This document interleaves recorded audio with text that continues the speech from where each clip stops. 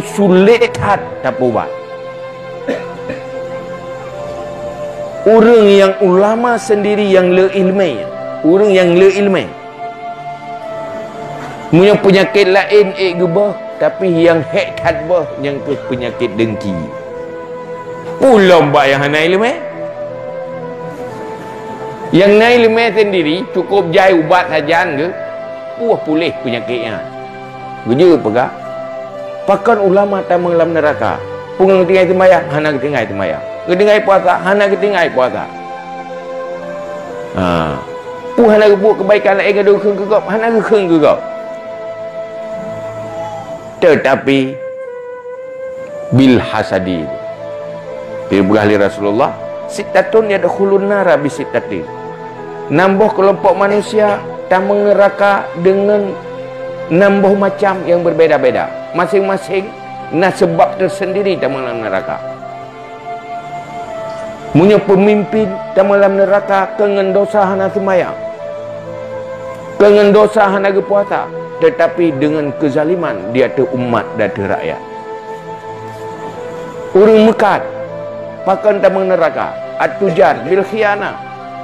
Kadang kenyang menyuruh sembahyang getem, puasa getem, tapi bagi mita lah bah menghalalkan segala cara. Habis kena pengegok tu.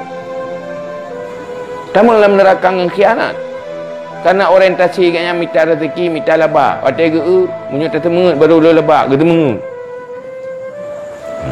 Namun, tokoh-tokoh yang nak di kalangan umat, tamu dalam neraka dengan terkabur.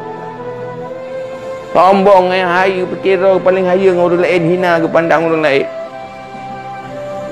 Wa ahlur rasatek bil jahli, masyarakat awam penyebab utama dalam neraka karena jahil, hana permen ke ilmu, hana tahu putruk ilmu kurangnya.